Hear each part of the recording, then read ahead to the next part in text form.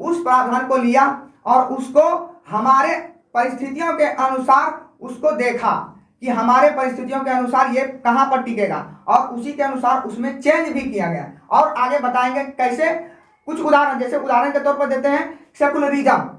तो सेकुलरिज्म लाया गया है वेस्टर्न कल्चर से, ठीक है ना, लेकिन वैसा नहीं है। भारतीय सेकुलरिज्म और वेस्टर्न सेकुलरिज्म में बहुत अंतर है, ठीक है ना। तो उसकी चर्चा हम आगे कर देंगे।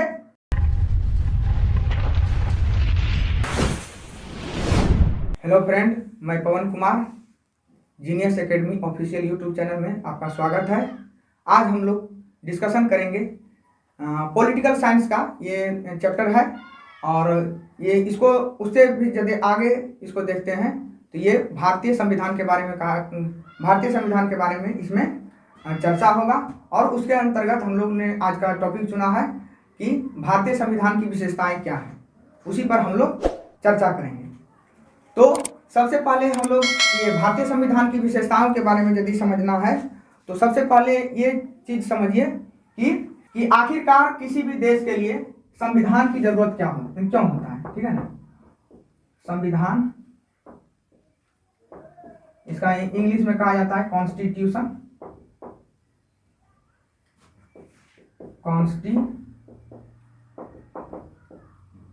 ठीक है ना।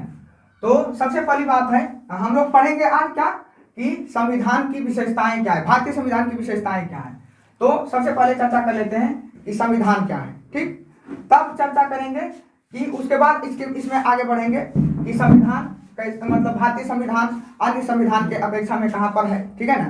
तो उसके बाद चर्चा आगे बढ़ाएंगे। तो सबसे पहले हम लोग देख लेते हैं कि संविधान किसे कहा जाता है, किसी भी देश का संविधान किसे कहा जाता है।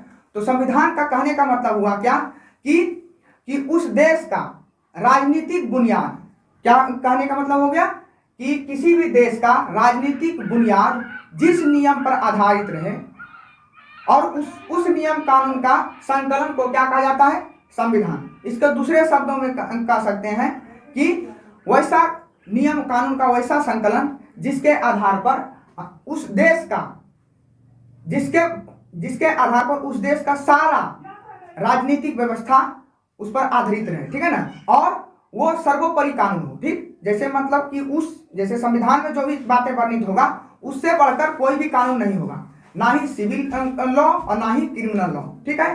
तो और सारे नियम और कानून जैसे उस संविधान में जितने भी वर्णित प्रावधान है उसके लिमिट में ही रहेगा, उसके अंदर में ही रहेगा। उसी प्रकार के नियम और कानून के संकलन वाले पुस्तक को क्या कहा जाता है, संविधान, ठीक है ना। अब दूसरी बात यह है कि संविधान क्या सबके पास एक जैसा संविधान होता है, तो नहीं। संविधान दो प्रकार के हो सकते हैं, ठीक है ना। जनरली दो प्रकार के कह सकते हैं कि एक होता है लिखित संविधान, एक होता है लिखित संविधान और दूसरा क्या होता है, अलिखित। तो अब हम लोग चर्चा कर लेंगे। जैसे लिखित संविधान को तो मतलब सब लोग सिंपल समझ जाएंगे कि इसमें रिटन रहेगा, मतलब लिखा हुआ रहेगा, ठीक। अब सबसे ज्यादा कंफ्यूजन होता है कि अलिखित संविधान किसे कहा जाता है, ठीक। तो अलिखित संविधान ऐसा नहीं है कि उसको माने वो कहीं पर लिखा हुआ नहीं है, लेकिन उसमें अंतर इसके अपेक्षा में यही चीज है कि इसको एक योजनाबद्ध तरीके से डेवलप किया जाता है, ठीक है ना। इसको एक योजनाबद्ध तरीके से, जैसे भारतीय संविधान के यदि चर्चा करेंगे तो भारतीय संविधान में इसको बनाने के समय में क्या बनाया गया था, संविधान सभा, ठीक है ना, जो आंशिक रूप से निर्वाचित था और आंशिक रूप से मनोनीत सदस्यों के से बना था वो संविधान सभा, ठीक। और उसी के परिचर्चा में बना क्या, और उसी के डिस्कशन के बीच में उसी समय लिखाया गया हमारा संविधान, ठीक है ना। और अब जो भी संशोधन होता है सिर्फ उसमें, और वो भी एक उसका दायरा होता है कि जो मौलिक उसका ढांचा है उसका मतलब वो नहीं बिगड़े, ठीक है ना। उतने संशोधन कर सकते हैं कि जितना कि वो उसका हमारे भारतीय संविधान का जो मूलभूत संरचना है वो नहीं, उससे हम बाहर नहीं जाएं, उसी के अंदर रहें, ठीक है ना।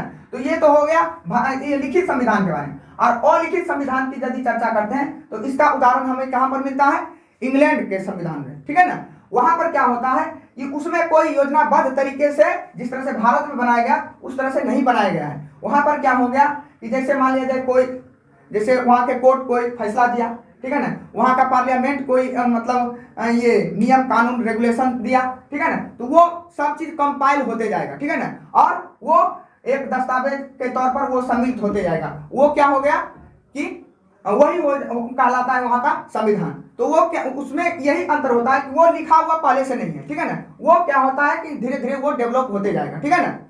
अब इसमें क्या होगा, जैसे अब इन दोनों में अंतर क्या होता है कि जैसे भारतीय संविधान की यदि चर्चा करेंगे, जैसे भारतीय संविधान के परिप्रेक्ष्य में यदि हम चर्चा करेंगे भारतीय संविधान, ठीक, तो यदि इसमें यदि हम ऑप्शन देंगे कि क्या यह निर्मित संविधान है, भारतीय संविधान बताइए निर्मित है, तो हाँ निर्मित है। अब यदि कहेगा कि विकसित है, यहाँ पर विकसित का मतलब ये नहीं कि डेवलप्ड, यहाँ पर विकसित का मतलब क्या हो गया, इवॉल्व, ठीक है ना, मतलब सतत दर सतत वे अपना आप को बढ़ाते गए, इवॉल्व। तो क्या ये है भारतीय संविधान, तो ये वाला नहीं है। ये वाला कौन सा होगा, ये वाला होगा अलिखित संविधान। इसमें क्या अभी बताएं कि नियम कानून रेगुलेशन जो पार्लियामेंट के द्वारा बनाया जाता है वो धीरे धीरे उसमें शामिल होते जाता है, समझ रहे, और उसी का कंपाइलेशन को क्या कहा जाता है, संविधान, ठीक है ना। तो वो क्या कैसा संविधान होता है, अलिखित संविधान। लिखित संविधान में क्या हुआ कि संविधान सभा बना, वहां पर चर्चा की सारे संविधान के ऊपर और संविधान के प्रावधानों के ऊपर क्या किया गया, चर्चा किया गया। लगभग 60 देशों के संविधान को एकत्रित किया गया, उनके जो सबसे बेस्ट चीज था, सबसे बेहतरीन जो प्रावधान था, और वैसा प्रावधान जो हमारे देश के लोगों के लिए और हमारे भौगोलिक विविधताओं और हमारे जैसे नहीं कहते हैं कि कल्चरल और जैसे रिलीजियस रूप से जो वैरायटी पाया जाता है, मतलब इसमें बहुत सारी विविधताएं पाई जाती है, उसके अनुसार से जो सूट किया उसी प्रावधान को उठाया अनेकों संविधान से, ठीक है ना। ऐसा नहीं कि 60 देश का संविधान लाया और सबको माने अनाधुन तरीके से उठा लिया, समझ ना, वैसा बात नहीं। उस प्रावधान को लिया और उसको हमारे परिस्थितियों के अनुसार उसको देखा कि हमारे परिस्थितियों के अनुसार ये कहाँ पर टिकेगा, और उसी के अनुसार उसमें चेंज भी किया गया। और आगे बताएंगे कैसे, कुछ उदाहरण, जैसे उदाहरण के तौर पर देते हैं सेकुलरिज्म। तो सेकुलरिज्म लाया गया है वेस्टर्न कल्चर से, ठीक है ना, लेकिन वैसा नहीं है। भारतीय सेकुलरिज्म और वेस्टर्न सेकुलरिज्म में बहुत अंतर है, ठीक है ना। तो उसकी चर्चा हम आगे कर देंगे। तो उसी रूप में जैसे भारतीय संविधान कैसा है, तो निर्मित है, विकसित नहीं है। विकसित कहाँ का है, तो इंग्लैंड का, ठीक है ना। तो इसी प्रकार से बहुत सारे ये इसमें अंतर होता है लिखित संविधान और अलिखित संविधान में। तो अब हम लोग चर्चा करेंगे क्या कि भारतीय संविधान की क्या विशेषताएं हैं, ठीक। तो हम लोग यहाँ पर लिख देते हैं पहले कि भारतीय संविधान की विशेषताएं, और एक एक करके उसको फिर हम चर्चा कर देंगे, ठीक है। भारतीय संविधान की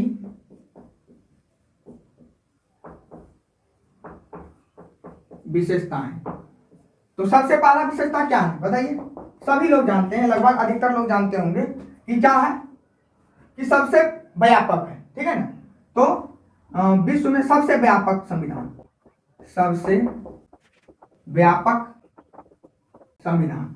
तो अब जैसे ये कहा जाता है कि ये वास्तविकता बात है कि भारतीय संविधान दुनिया में सबसे बड़ा संविधान है, ठीक है। तो अब ये तो सभी लोग जानते हैं, लेकिन बात आ जाता है कि ऐसा क्यों, बताइए। यहाँ पर सबसे व्यापक, व्यापक का इंग्लिश होता है कॉम्प्रिहेंसिव, ये तो सब जान लीजिए, कॉम्प्रिहेंसिव, ठीक है। तो अब देखिए क्वेश्चन यहाँ पर यह है कि भारत का संविधान सबसे विश्व में सबसे बड़ा संविधान है, ठीक। तो ऐसा क्यों, आखिर क्या मजबूरी बना कि ये सबसे बड़ा बना, तो इसका जवाब क्या होगा। इसका जवाब कई लोग बोलते हैं कि 60 देश का संविधान को इकट्ठा करके वो बनाया गया, तो इसलिए सबसे बड़ा बन गया। तो ये सटीक बात नहीं है, ठीक है ना। तो इसके कई कारण हैं, जैसे उनमें से सबसे पहला कारण क्या है कि देखिए, जैसे मान लेते हैं कि अमेरिका का संविधान से यदि तुलना करेंगे तो अमेरिका में क्या है कि एक सेंट्रल गवर्नमेंट के लिए अलग संविधान है और सभी स्टेट के लिए क्या है, अलग अलग संविधान, ठीक है ना। तो उसमें क्या होता है कि जब सेंटर का जो संविधान है तो वो छोटा हो जाएगा, क्योंकि उसका कई सारा पार्ट कहां पर चल गया, तो राज्य के लिए चला गया, ठीक है ना। लेकिन भारत में ऐसा नहीं है, राज्य चाहे राज्य रहे, चाहे केंद्र रहे, या तो केंद्र शासित प्रदेश रहे, सब के बारे में कहां पर उल्लेख किया गया है? तो वही एक ही संविधान में। तो ये बड़ा होगा कि नहीं? दूसरी कारण ये है, जैसे कि पहला चीज क्या क्या बोले कि इसमें जैसे एक सब हेडिंग यदि देना चाहें तो इसमें केंद्र का भी चर्चा है, केंद्र का भी चर्चा है और राज्य का भी चर्चा है, ठीक है ना, इस तरह से। और दूसरा चीज क्या क्या दे सकते हैं? तो दूसरा चीज ये कह सकते हैं कि देखिए जैसे यहां पर यदि मूल अधिकार की चर्चा किया गया है तो सिंपल ये नहीं कि सिंपल मूल अधिकार का चर्चा कर दिया और निकल गया, समझ रहे? वैसा बात नहीं, उसके अनेक प्रावधानों और उसकी सूक्ष्मता का भी उसमें चर्चा कर दिया गया है। तो ये कारण होता है लंबा होने का। तो इसी प्रकार से बहुत सारे कारण है, जैसे एक कारण और भी ले सकते हैं कि जैसे शेड्यूल कास्ट, शेड्यूल ट्राइब, जैसे विमेंस हो गए हैं, तो ये सारे जैसे अनेकों प्रकार के जो वंचित तबका है उनके उत्थान के लिए भी इसमें चर्चा किया गया है, ठीक है ना। तो इसके कारण से और बढ़ा गया है। तो अब जैसे मान लिया जाए कि जैसे आरक्षण का कुछ प्रावधान है, ठीक है, schedule caste and schedule tribe के लिए, तो उसका भी चर्चा इसी संविधान में किया गया। तो इसी के कारण से थोड़ा लंबा होते गया। और फिर देखिए कि भारत एक विविधताओं का देश है, सब जगह अलग कल्चर है, अलग धर्म है, अलग सब चीज संस्कृति है। तो क्या सभी को एक साथ बांधने के लिए इसमें प्रावधानों की संख्या बढ़ेगा कि नहीं? तो ये इसलिए भी ये जरूरी हो गया। तो बहुत सारे कारण है और बहुत सारा कारण है कि जैसे जिस समय भारत आजाद हुए थे, ठीक, तो उस समय यहाँ पर लगभग 600 से अधिक रियासत थे, ठीक, और उसको कंबाइन करके एक राष्ट्र बनाया गया, राष्ट्र बनाने की कोशिश किया गया, राष्ट्र बनाने की एक लक्ष्य रखा गया, ठीक है ना। तो उसमें उसके अंतर्गत क्या जरूरत पड़ा कि इसको एकता और अखंडता में बांधे रखने के लिए उसमें बहुत सारा तत्कालिक उस समय जो जरूरी था उस तरह के प्रावधान उसमें डाला गया। तो उसके कारण भी बड़ा हुआ, ठीक। और उसके बाद जैसे देखिए कि उसी के लिए जैसे हमारी एकता और अखंडता भंग ना हो तो उसी के लिए आपातकाल का प्रबंध किया गया। अब और उसके बाद इसमें जैसे देखिए मूल अधिकार के साथ मूल कर्तव्य और उसके बाद नीति निर्देशक तत्व, राज्य के लिए जो नीति निर्देशक तत्व है उसका भी संकलन इसी में किया गया है। इसके कारण से क्या हुआ कि भारतीय संविधान बहुत ही व्यापक हो गया। अब देखते हैं दूसरी विशेषता क्या है भारतीय संविधान का। दूसरी विशेषता है संविधान की सर्वोच्चता। संविधान की सर्वोच्चता, सुप्रीमेसी ऑफ कॉन्स्टिट्यूशन, ठीक। तो संविधान की सर्वोच्चता के अंतर्गत ये बातें शामिल होगा कि भारत में ना जैसे देखिए गवर्नमेंट का 3 ऑर्गन होता है, एक होता है executive, legislative and judiciary, Hindi में कहेंगे तो कार्यपालिका, विधायिका और न्यायपालिका। तो इन तीनों के बीच में सामंजस्य बैठाया गया है, ठीक है ना। भारतीय संविधान में कोई भी पावरफुल नहीं है, ना ही कार्यपालिका, ना ही विधायिका और ना ही न्यायपालिका, ठीक है। तो इसके बीच में सामंजस्य बैठाया गया है। लेकिन इन सबों के बीच में तो सर्वोच्च कौन सा है? तो सर्वोच्च कौन सा है? तो संविधान होगा, ठीक है ना। तो संविधान यदि सर्वोच्च है, अब देखिए संविधान के अंतर्गत ही स्थापना किया गया है किसका? सुप्रीम कोर्ट का, ठीक है ना। तो सुप्रीम कोर्ट को बनाया गया है इसका गार्जियन, समझ रहे हैं, गार्जियन ऑफ आवर कॉन्स्टिट्यूशन कहा जाता है किसको? तो सुप्रीम कोर्ट को। तो उसका काम क्या है कि इसमें जो प्रावधान होगा उसकी व्याख्या करना, ठीक है। और बहुत सारे इसके वैसे मान लिया जाए जैसे संविधान में जैसे छेड़छाड़ होगा या तो बहुत सारा कोई कानून बनाया जाएगा जो इनके मूलभूत भावना को आहत पहुंचाएगा, उसकी रक्षा कौन करेगा? तो सुप्रीम कोर्ट। तो सुप्रीम कोर्ट को यह भी कहा जाता है कि संविधान का रक्षक भी सुप्रीम कोर्ट को ठहराया गया है, ठीक है ना। तो इसलिए और लेकिन क्या है कि लेकिन सर्वोच्च कौन है? सर्वोच्च रहेगा संविधानिक। क्या कंसेप्ट है? क्योंकि सर्वोच्च न्यायालय भी किसके नियम से बनाया गया है तो वो संविधान के नियम से ही। राष्ट्रपति भी किसके नियम से बनाया जाता है? तो संविधान के नियम से ही। प्रधानमंत्री, जितने भी चीजें हैं भारत में वो सारी चीजों सारे पदों का निर्माण और पद ग्रहण सब किसके आधार पर किया जाता है? तो संविधान के आधार पर। इसलिए संविधान की सर्वोच्चता यहाँ पर स्वीकार किया गया है, ठीक है ना। आप देखते हैं तीसरी विशेषता, कठोर और लचीलेपन। कठोरता और लचीलापन का सामंजस्य। भारतीय संविधान ना ही कठोर कहा जा सकता है और ना ही लचीला, ठीक है ना। ऐसा इसलिए क्योंकि यदि जैसे देखिए भारतीय संविधान में हमारे भारतीय संविधान में यह प्रावधान किया गया है कि समय के साथ परिस्थितियां बदलता है और लोगों का डिमांड भी बदलता है, यहाँ के जरूरत भी बदलेगा। तो इसके लिए क्या किया गया है, इसमें यह भी प्रावधान किया गया है कि आर्टिकल 368 के अधीन संविधान में संशोधन करने का भी अधिकार दिया गया है। किसको? तो संसद को। तो इसके अंतर्गत जैसे देखिए कठोर रहता था ना, जब संशोधन करना मुश्किल होता, और लचीला इसलिए नहीं है कि इसमें प्रावधान थोड़ा स्ट्रॉन्ग दिया गया है। जैसे भारतीय संविधान में जब भी संशोधन करना रहेगा तो इसमें इक्वल राइट रहता है किसका? एक राज्यसभा का भी इसमें बराबर अधिकार रहता है और लोकसभा का भी, ठीक।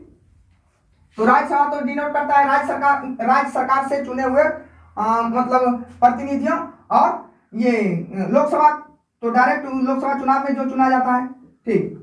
अब देखिए इसमें कहां पर जैसे लचीलापन से कहां पर बचाया गया है, तो लचीलापन इस प्रावधान के अंतर्गत बचाया गया है कि यदि इसमें संशोधन करना रहेगा, यदि भारतीय संविधान में कुछ प्रावधान को संशोधन करना होगा तो क्या करना पड़ेगा, उस बिल को लोकसभा और राज्यसभा से दोनों से विशेष बहुमत मतलब 2/3 बहुमत से पारित करवाना होगा। और वैसा ये नहीं कि साधारण रूप से 2/3 जैसे जितना व्यक्ति आए उतने उपस्थित रहें और उसी में से 2/3 में से पारित करवा दिए, ये सब बात नहीं होता है। उसमें विशेषता ये होगा कि वहां पर उपस्थित सदस्यों की संख्या भी 50% से ज्यादा होना चाहिए और उसके बाद 2/3 बहुमत से पारित होना चाहिए। तो इसी को कहा जाता है क्या? विशेष बहुमत, ठीक है ना। इसको क्या कहा जाता है? तो विशेष बहुमत।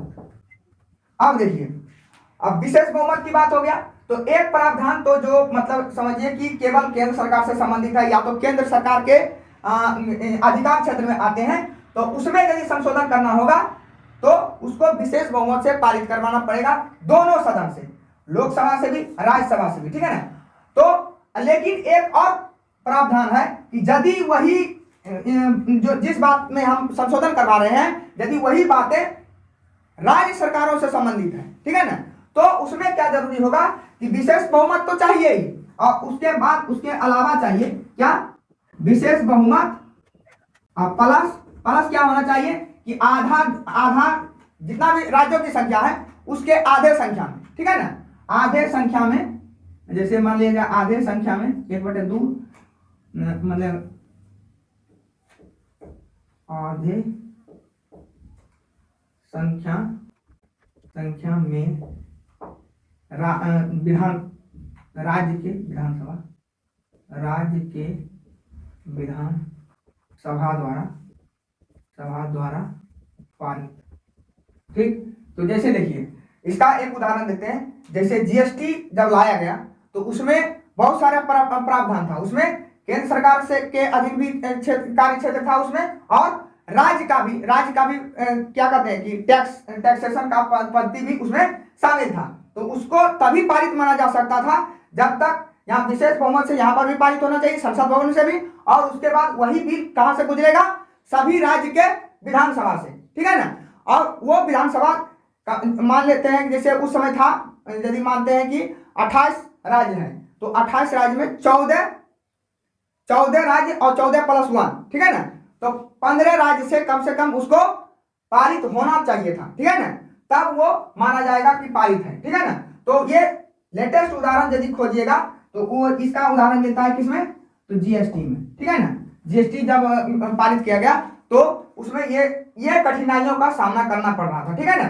तो इसलिए कह सकते हैं कि इसमें ये कठोरता भी है और लचीलापन भी है। लचीलापन इस मामले में से कह सकते हैं कि समय के साथ जैसे हमारे बहुत सारी आवश्यकता आपको पहले भी बता चुके हैं तो वो बदलते हैं, ठीक है ना। जैसे अभी कह सकते हैं कि जैसे क्वांटम टेक्नोलॉजी आ गया, नैनो टेक्नोलॉजी आ गया, बहुत सारे अभी देखिए क्रिप्टो करेंसी आ गया, तो वो सारे बहुत सारे नियम आप बदलना पड़ेगा वक्त के साथ, इसको सामंजस्य बैठाने के लिए बदलना पड़ेगा। तो इसके लिए प्रावधान किया गया कि इसमें संशोधन किया जाना चाहिए। तो इसीलिए उसका झलक मिलता है लचीलापन का। और उसके बाद जैसे हर चीज आप आसानी से संशोधन नहीं कर सकते हैं, इसके लिए ये वाला प्रावधान था कि विशेष बहुमत और प्लस आधा संख्या में जितना भी राज्य होगा वो भी उसको पारित किया जाना चाहिए, आधा से अधिक, ठीक है ना।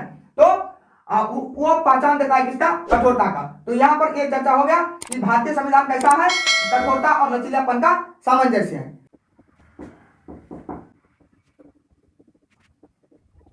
संघात्मक संविधान किंतु एकात्मकता की ओर झुकाव।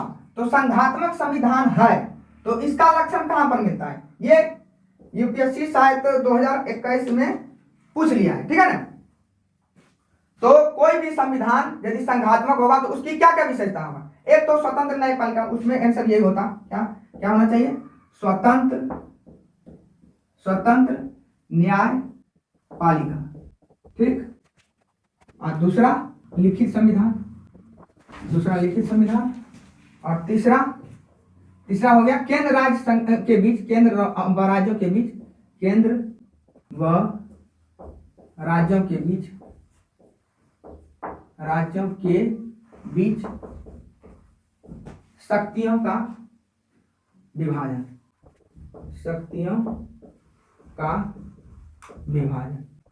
अब देखिए ये सारा विशेषताएं मिलता है भारतीय संविधान में कि केंद्र सरकार राज्य सरकार के कार्य क्षेत्र में नहीं घुसेगा, और राज्य सरकार भी केंद्र सरकार में तो खैर घुस ही नहीं पाएगा, ठीक है ना। तो ये और यहाँ पर लिखित संविधान है, ये भी भारतीय संविधान की विशेषता है। अब ये स्वतंत्र न्यायपालिका है, ये भी भारत में। तो ये सारे चीज देखिएगा कि संघात्मक संविधान के और एक इंडिकेशन देता है, ठीक है ना, कि हमारा संविधान नेचर में संघात्मक है, लेकिन क्या होता है कि ये एकात्मकता की ओर झुकाव रखता है। और इसका उदाहरण कब देखने को मिलता है, तो जब कहीं पर मान लीजिए किसी राज्य में राष्ट्रपति शासन लग गया, ठीक है ना। तो जैसे ही राष्ट्रपति शासन लगता है आर्टिकल 356 के अधीन, तो वो क्या होता है कि उस राज्य का स्टेट लिस्ट में आ जाता है, तो वो सारा अधिकार किसके अधीन चल जाता है, तो संसद के पास चला जाता है, ठीक है ना। तो बजट भी पारित करने का अधिकार चल जाता है उसी के पास, ठीक। तो ये हो गया एकात्मकता की ओर। अब जैसे मान लेते हैं कि नेशनल इमरजेंसी लागू यदि हो गया 352 के तहत, तो क्या होगा कि सारे शक्तियां कहां पर चला जाता है, तो केंद्र सरकार की ओर। तो ये क्या किस चीज का मतलब लक्षण है, तो ये हमारी एकात्मकता की ओर झुकाव को दर्शाता है। फिर देखिएगा यहाँ पर आपातकाल का जो प्रोविजन है उसकी हम चर्चा कर देते हैं। 360 ये है वित्तीय आपात, ये है राष्ट्रीय आपात। क्या चीज का है, तो राष्ट्रीय आपात, और फिर ये वाला है क्या कहते हैं, राष्ट्रपति शासन,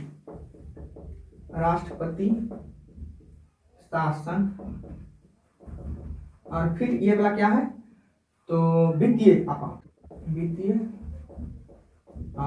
ठीक। तो ये तो आपातकाल के प्रबंधन है।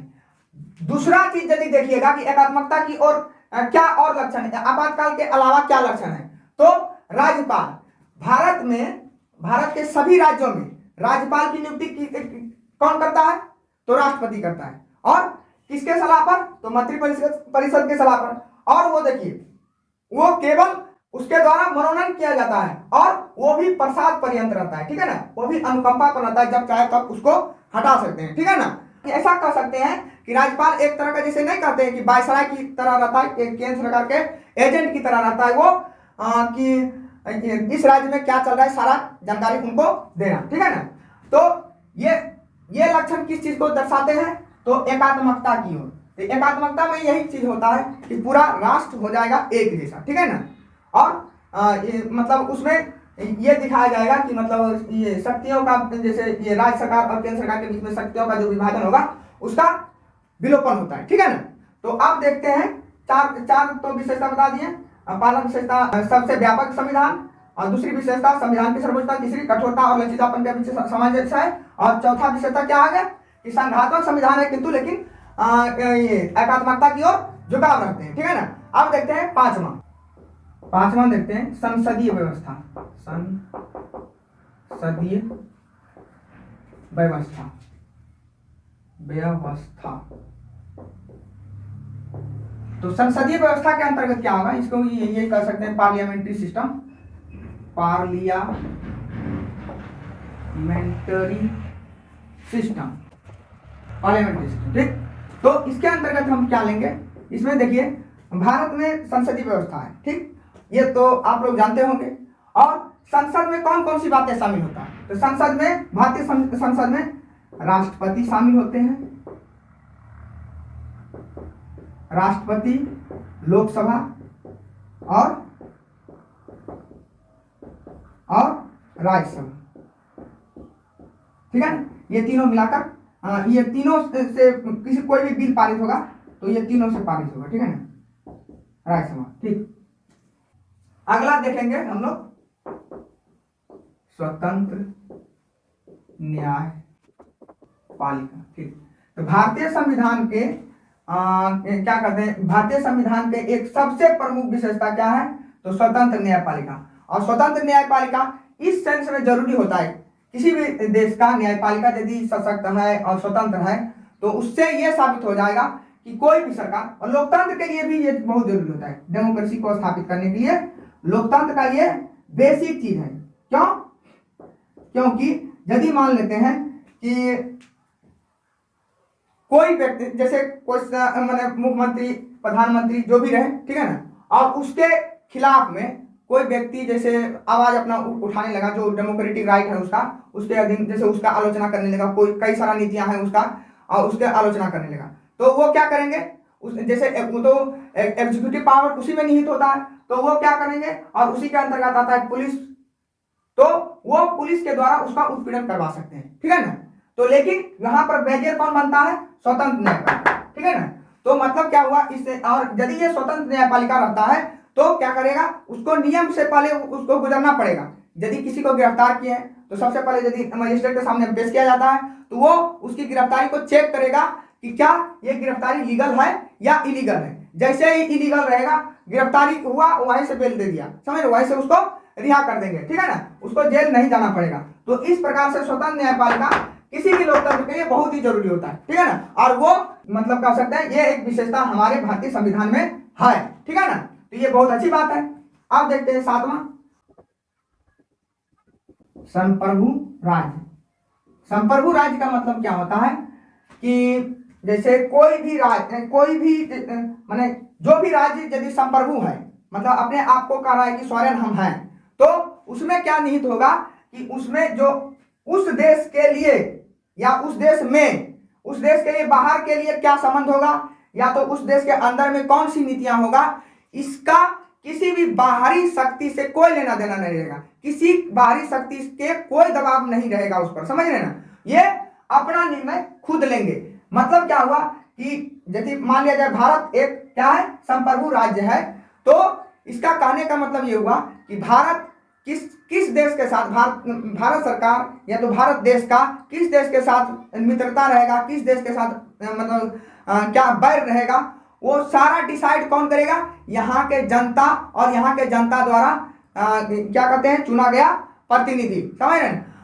और इसमें किसी भी प्रकार का कोई भी संगठन, कोई भी दूसरा देश, पावरफुल देश, जो भी सो कॉल्ड पावरफुल देश है, उसका कोई मतलब यहाँ पर असर नहीं रहना चाहिए, समझ रहे हैं। और इसी की गारंटी देता है कौन, ये हमारा भारतीय संविधान। और हमारा भारतीय संविधान का एक विशेषता ये है कि हमारे ये संप्रभु राज्य की घोषणा करता है, ठीक है ना, कि भारत एक संप्रभु राज्य है। अब देखते हैं अगला विशेषता। अगला विशेषता क्या है, 8 में देखते हैं कि लोकतांत्रिक गणराज्य, ठीक है, लोकतांत्रिक गणराज्य कह सकते हैं, लोकतांत्रिक गणराज्य।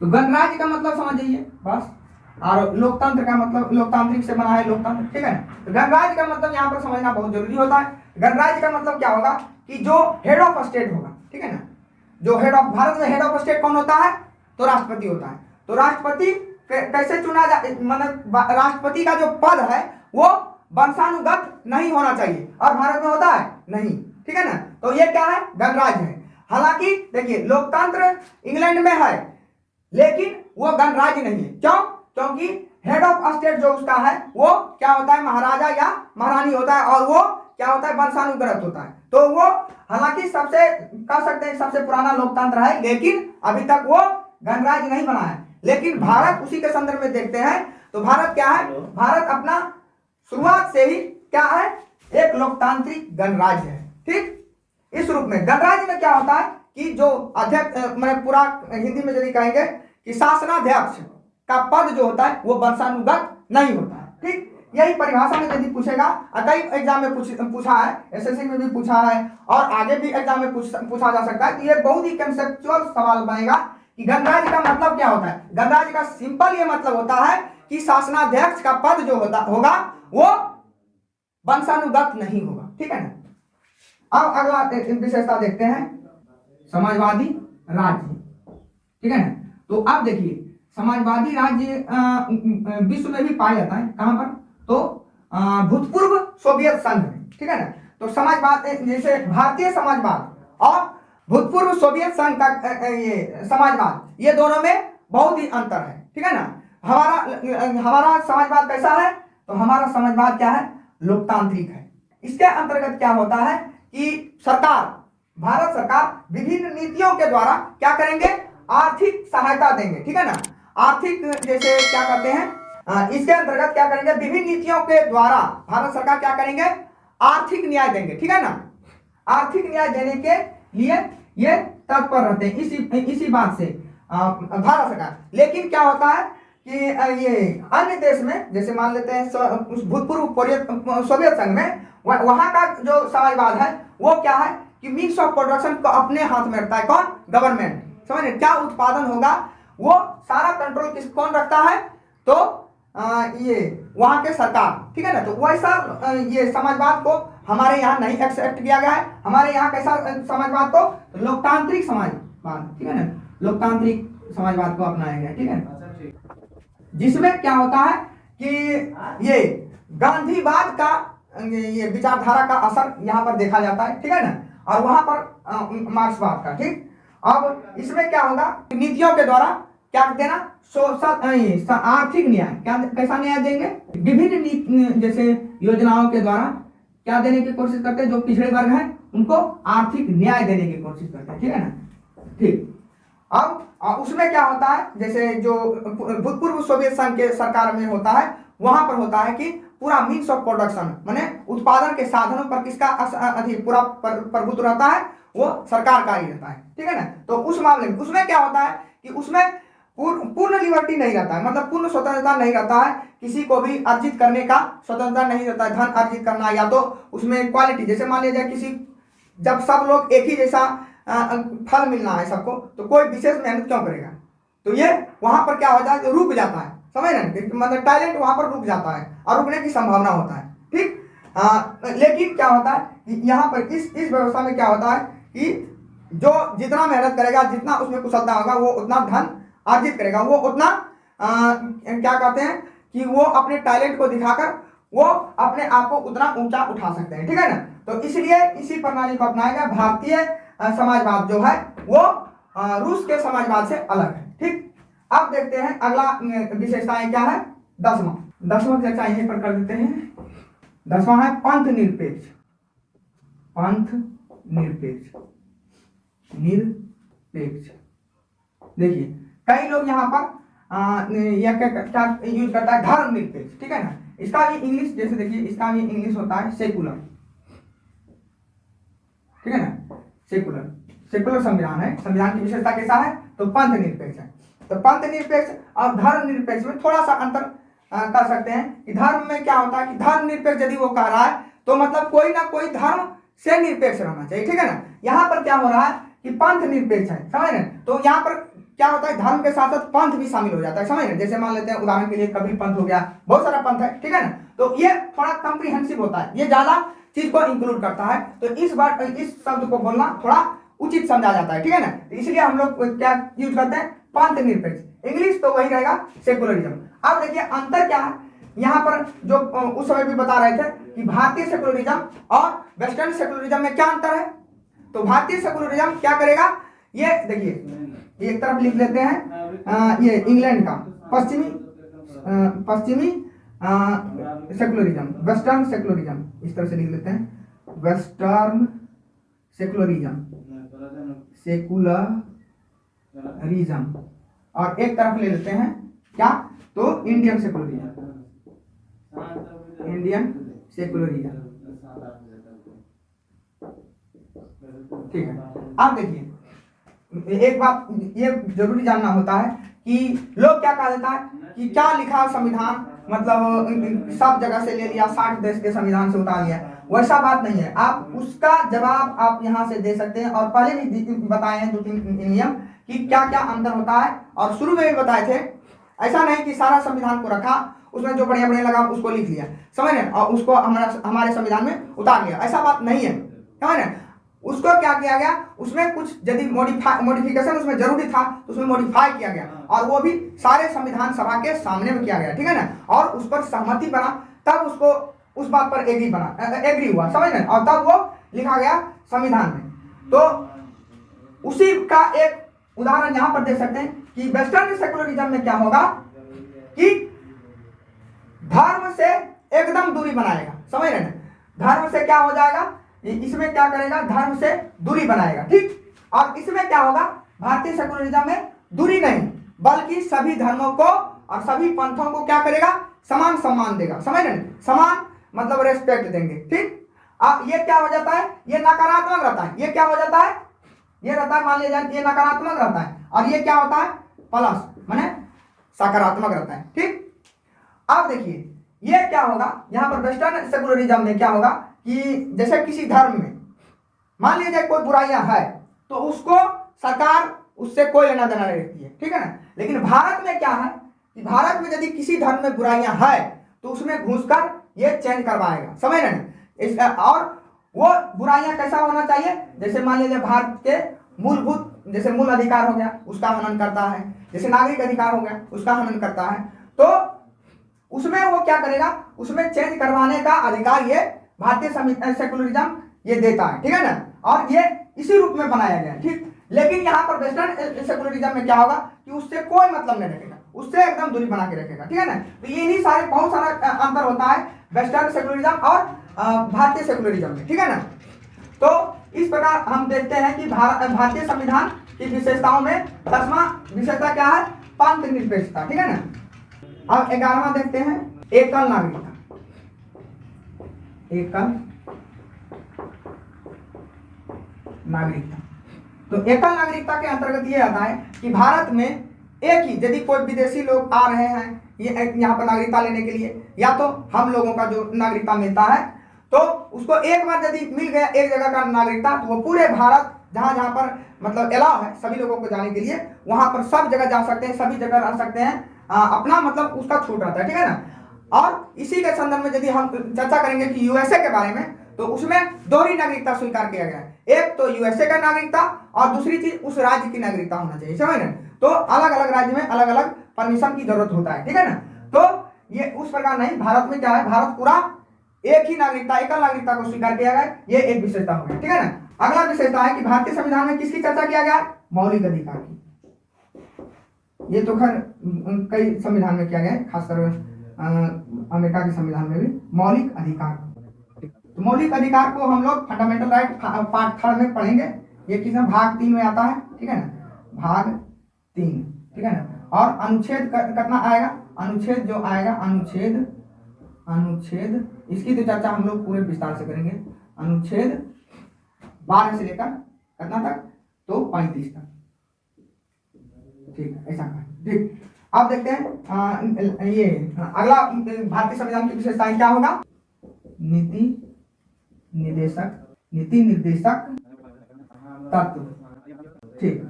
तो इसमें मौलिक अधिकार का भी चर्चा किया है। नीति निर्देशक तत्व में ये बातें शामिल होता है कि राज्य को ऐसा करना चाहिए, ठीक है ना, कल्याणकारी लोगों को कल्याण करने के लिए ऐसा कदम उठाया जाना चाहिए, ये चाहिए के सेंस में होता है, ये राज्य सरकार का ये कर्तव्य है, ठीक है ना। और इस प्रावधान को यदि राज्य सरकार नहीं करता है तो इस पर केस नहीं किया जा सकता है कोर्ट में, ठीक है ना। ये मतलब कोर्ट के द्वारा इन्फोर्सिबल नहीं है, ठीक है ना, भले फंडामेंटल राइट इन्फोर्सिबल है, इस बात को ध्यान रखिएगा, ठीक है ना।